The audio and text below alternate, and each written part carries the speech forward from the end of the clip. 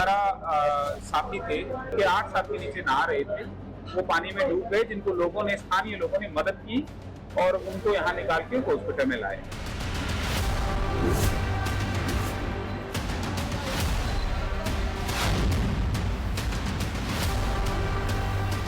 मौत के जबड़े से जिंदगी वापस लाने की कवायद कामयाब रही। 3 लोगों का जीवन बचा लिया गया, लेकिन 8 लोग काल के गाल में समा गए। किसने सोचा था कि पिकनिक मनाने निकले नौजवान हंसते मुस्कुराते नहीं, बल्कि कफन में लपेटकर घर लाए जाएंगे। दिल चीर देने वाली ये तस्वीरें टॉक की है। मेरे भाई के फोन से फोन आया था, किसी ने करा कि ऐसी बात हो गई, क्यों कहता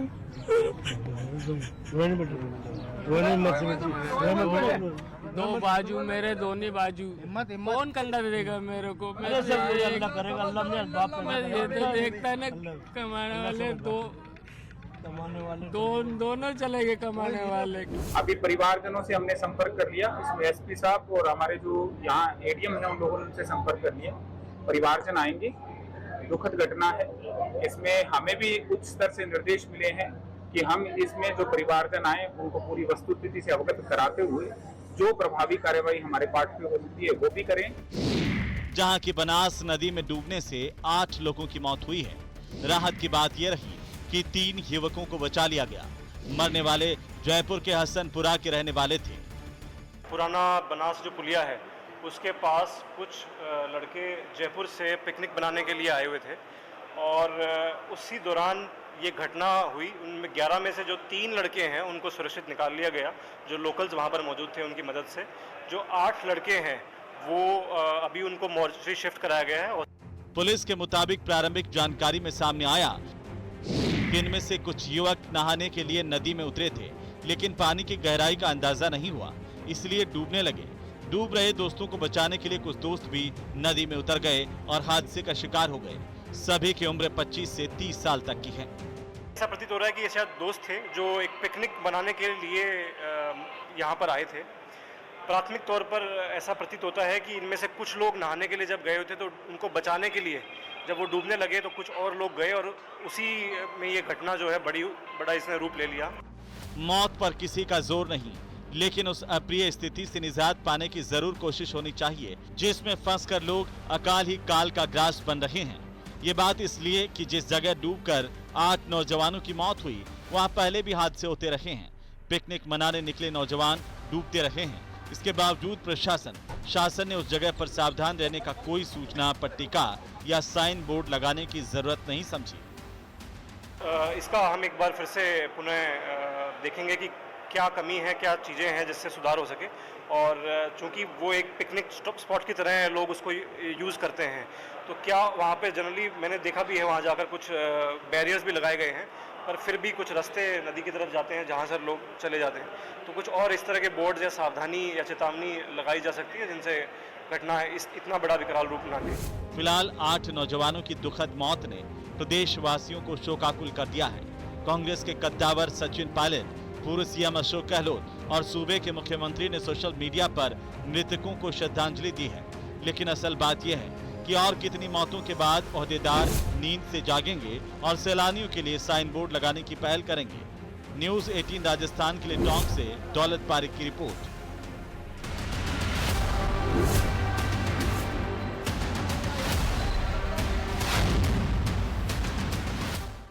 तो वहीं झुंझुनू के चिड़ावा में एसीबी ने बड़ी कार्रवाई की और इस दौरान का एक वीडियो वायरल हो रहा है। इस वीडियो में कार्रवाई के दौरान एक अधिकारी नरेंद्र सिंह भागता हुआ नजर आ रहा है। एसीबी की टीम को देखते ही ये घूसखोर सहायक प्रशासनिक अधिकारी एओ है नरेंद्र सिंह नाम का, जो रिश्वत के पैसे लेकर के भागने लगा। एसीबी ने इसको पीछा किया और इसको पकड़ करके गिरफ्तार कर लिया है। इधर रिश्वत की राशि को इसने एक खाली पड़े प्लॉट में फेंक दिया था। भागते भागते एसीबी ने राशि जब्त कर ली है। एसीबी ने कार्रवाई की है। चिड़ावा के एएन और सहायक प्रशासनिक अधिकारी 30,000 रुपए की रिश्वत के साथ गिरफ्तार किए गए। दोनों ने प्रधानमंत्री सूर्य घर योजना की फाइल अप्रूव करने के एवज में रिश्वत की मांग की थी। रिश्वतखोर अब एसीबी को देखते ही भाग छूटते हैं। सूरजगढ़ के परिवादी विमलेश जी, उनका घरेलू सौर ऊर्जा का काम है तो उन्होंने हमें परिवाद दी कि मेरे घरेलू सौर ऊर्जा का काम है, उसके अप्रूवल लेने के लिए बिजली विभाग में बाबूजी और एएन साहब 40,000 रुपये मांग रहे हैं। हमने सुरेश जी सीआई साहब के नेतृत्व में तस्दीक करवाई, तो वेरिफिकेशन में 30,000 रुपये की डिमांड तय हुई और उसी अनुक्रम में आज ट्रेप कार्रवाई आयोजन करते हुए और सहायक प्रशासनिक अधिकारी है नरेंद्र सिंह और एएन है आज़ाद सिंह, उनको गिरफ्तार किया। उधर जैसलमेर के तपते रेगिस्तान में एक बार फिर भारतीय सेना की रणभेरी गूंजी। पश्चिमी सरहद पर भारतीय सेना की बैटल एक्स डिवीजन ने अपनी ताकत का अभ्यास किया है। फ्यूचर रेडी नाम की थीम पर आधारित युद्धाभ्यास में मिशन ओरिएंटेड ट्रेनिंग, मॉडर्न हथियारों और तकनीकी सिस्टम का समावेश करके रेगिस्तानी युद्ध की संभावनाओं पर गंभीरता से काम किया गया। अभ्यास में न केवल रेगिस्तानी इलाके में युद्ध संचालन की तकनीकों को दोहराया गया, बल्कि युद्ध क्षमता को कई गुना बढ़ाने वाले आधुनिक हथियारों और उपकरणों का भी प्रभावशाली प्रदर्शन किया गया। इस अभ्यास का मुख्य उद्देश्य रेगिस्तानी इलाकों में ऑपरेशनल रेडीनेस को परखना था। साथ ही टैंक, इन्फेंट्री और आर्टिलरी यूनिट के बीच में तालमेल भी बनाया गया।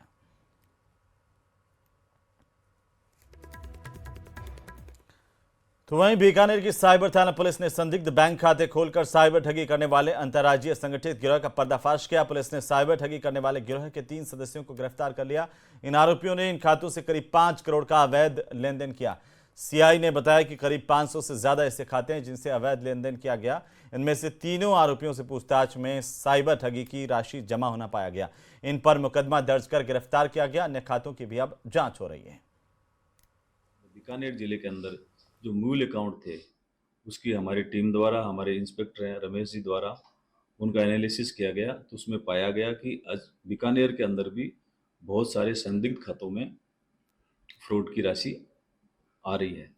इसी आधार पे जो उसका ज़्यादा एनालिसिस किया तो पता ये चला कि यहाँ के 2-3 जने हैं जो ये काम कर रहे हैं, जो लोगों से खाते कमीशन पे उधार लेते हैं और उसमें फ्रॉड की राशि मंगवाते हैं और उसको अन्य ऑनलाइन गेमिंग और क्रिकेट बुकी वगैरह में उनको इन्वेस्ट करते हैं। बीकानेर में करीब 500 से अधिक ऐसे अकाउंट्स हैं जिनमें साइबर फ्रॉड का, ऑनलाइन गेमिंग का और क्रिकेट बुकी का पैसा जमा हो रहा है।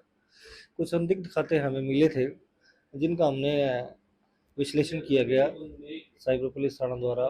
तो कुछ संदिग्ध खाते नज़र आए हमें जिनमें काफ़ी लेन देन हो रखा था, जिनको अनुसंधान के जांच के लिए बुलवाया गया। तो जांच के दौरान हमने पाया कि 3 व्यक्तियों के खातों में करीब 5 करोड़ रुपए से अधिक की राशि जमा हुई है, जो साइबर ठगी, ऑनलाइन गेमिंग और क्रिकेट बुकी के पैसे थे। बीकानेर की साइबर पुलिस ने साइबर फ्रॉड करने वाले लोगों के खिलाफ शिकंजा कसते हुए 3 लोगों को गिरफ्तार किया है। इन लोगों ने अंतर्राज्यीय गैंग के माध्यम से करीब 5 करोड़ रुपए से अधिक की फ्रॉड की राशि अपने खातों में जमा करवाई थी, लेकिन अब ये सब लोग पुलिस की पकड़ में आ गए हैं और अब पुलिस इनसे अनुसंधान कर रही है और ये पता लगाया जा रहा है कि किस तरीके से ये खाते खुलवाते थे और उसमें फ्रॉड के पैसे जमा करवाते हैं। अभी तक की जानकारी में जो 5 करोड़ रुपए आया है वो क्रिकेट सट्टे और ऑनलाइन गेमिंग से जुड़ा हुआ बताया जा रहा है। देखने वाली बात यह है कि इन अपराधियों से और अब किन लोगों के तार जुड़े हुए हैं, ये कब तक पुलिस पता लगा पाती है। बीकानेर से न्यूज़ 18 के लिए विक्रम जागरवाल। उधर जोधपुर में एक युवक को प्यार और भरोसे की कीमत अपनी इज्जत और धन गंवा करके चुकानी पड़ी। युवक ने जीवन साथी की तलाश में एक युवती से आर्य समाज मंदिर में शादी की, लेकिन शादी के बाद जो कुछ हुआ उसने इस युवक को हैरान और परेशान कर दिया। पूरा मामला इस रिपोर्ट में देखिए। लुटेरी दुल्हन का जाल। शादी के 2 घंटे बाद हुई फरार। जिंदगी भर की कमाई ले उड़ी लुगाई। जोधपुर में एक युवक की जिंदगी का सबसे खुशी का दिन उसके लिए डरावना सपना बन गया। शादी की महज 2 घंटे बाद ही उसकी नई नवीली दुल्हन उसे लूट कर फरार हो गई।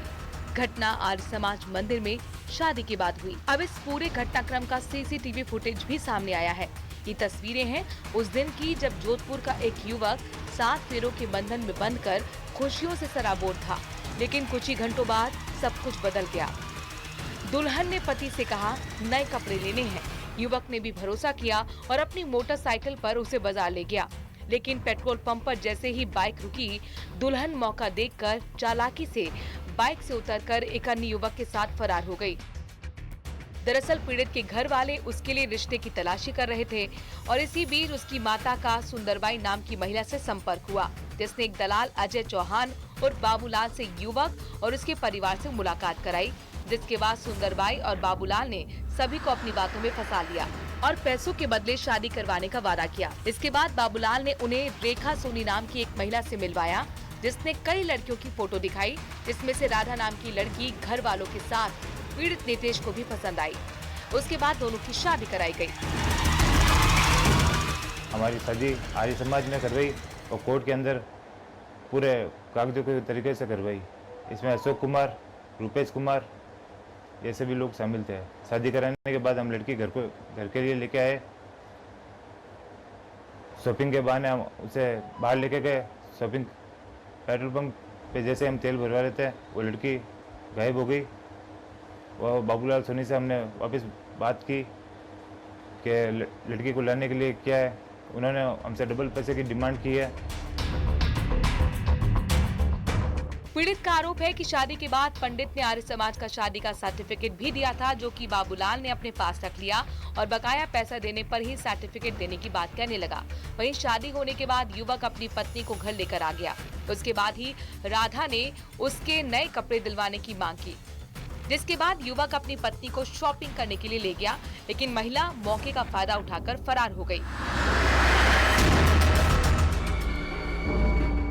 बताया जा रहा है युवक से जब आखिरी बार उसकी पत्नी से बात हुई, तब उसने कहा कि हमारा कटिंग का बिजनेस है और तुम्हारी कटिंग हो चुकी है। फिलहाल पीड़ित ने कई थानों के चक्कर काटे, जिसके बाद डीसीपी राजश्री राज वर्मा की तरफ से उसे आश्वासन दिया गया है कि इसकी शिकायत पर कार्रवाई की जाएगी। Bureau report, news 18। हनुमानगढ़ से खबर, जहां पर नोहर के भुकरका गांव के पास में डीजल से भरा हुआ टैंकर पलट गया। टैंकर पलटते ही लोगों में डीजल लूटने की होड़ मच गई। लोग बाल्टी, डिब्बे, ड्रम लेकर पहुंच गए और डीजल भरने लगे। मदद करने की जगह पर लोग डीजल को लूटते नजर आए। उधर सूचना पर पहुंची नोहर थाना पुलिस ने सड़क से टैंकर को हटवाया। बहरहाल हादसे में किसी जनहानि की खबर नहीं है।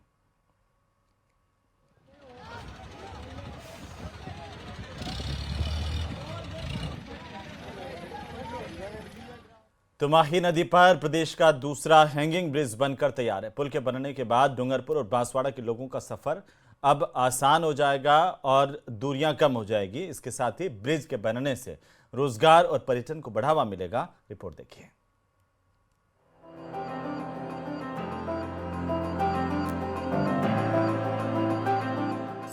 इंतजार खत्म, सफर आसान। 20 जून को मिलेगी सौगात। हैंगिंग ब्रिज बनकर तैयार। जिस खुशखबरी का इंतजार पिछले 9 साल से डूंगरपुर और बांसवाड़ा के लोगों को था, आखिर वो घड़ी आ गई। चीखली और आनंदपुरी के बीच माही नदी पर संगमेश्वर में बन रहा हैंगिंग ब्रिज लगभग तैयार है, जो प्रदेश का दूसरा सबसे बड़ा हैंगिंग ब्रिज है। जल्द ही इस ब्रिज का शुभारंभ भी होने वाला है। क्षेत्रवासियों को यह पुल बनने से काफ़ी किलोमीटर का फायदा होगा। बांसवाड़ा के मानगढ़ स्थित, जो कि आदिवासियों के विशेष आस्था का केंद्र है, और मानगढ़ स्मारक तक पहुंचने में भी आसानी होगी। वहीं दूसरी ओर व्यापार को लेकर भी इस क्षेत्र में काफ़ी आसार बनेंगे, क्योंकि चीखली और आनंदपुरी महज 8 किलोमीटर की दूरी रह जाएगी ब्रिज बनने के बाद। अभी फिलहाल 100 किलोमीटर से ज़्यादा का सफर तय कर लोगों को जाना पड़ रहा है। गुजरात से सटे डूंगरपुर के चीखली ग्राम पंचायत के बेडुआ गांव में माही, अनास और जाखम नदियों के त्रिवेणी संगम संगमेश्वर और बांसवाड़ा के आनंदपुरी के बीच हैंगिंग ब्रिज का काम लगभग पूरा हो चुका है। बस केवल फिनिशिंग का काम चल रहा है। ये ब्रिज वसुंधरा सरकार के समय में 2016 में स्वीकृत हुआ था, जिसकी कुल लंबाई 1.9 किलोमीटर है। इसे बनाने में 134 करोड़ की लागत आई। इस पुल को कुछ इस तरह से बनाया गया है कि इस पर भूकंप का भी असर नहीं पड़ेगा। उम्मीद है कि 20 जून को इसका शुभारंभ होगा। इस पुल की कुल लंबाई 906 मीटर है। इस पुल की लागत 134 करोड़ रुपए है और ये रिमोट सेंसिंग द्वारा मॉनिटरिंग की जाएगी।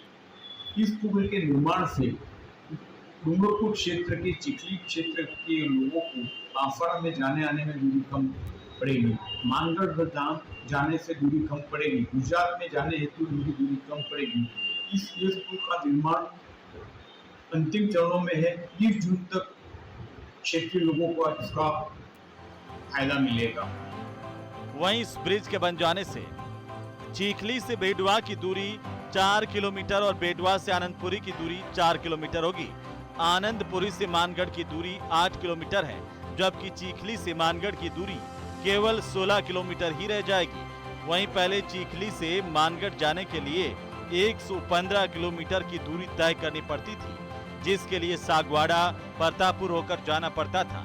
पुल के अभाव में फिलहाल यात्रियों का सफर नाव से ही जारी है, लेकिन इस ब्रिज का काम पूरा होने के बाद लोगों की राह आसान होगी। संगमेश्वर पुल का निर्माण कार्य अंतिम चरण में है। लंबे समय से पुल शुरू होने का इंतजार कर रहे लोगों को अब जल्द राहत मिलने वाली है। न्यूज़ 18 राजस्थान के लिए डूंगरपुर से जयेश पवार की रिपोर्ट।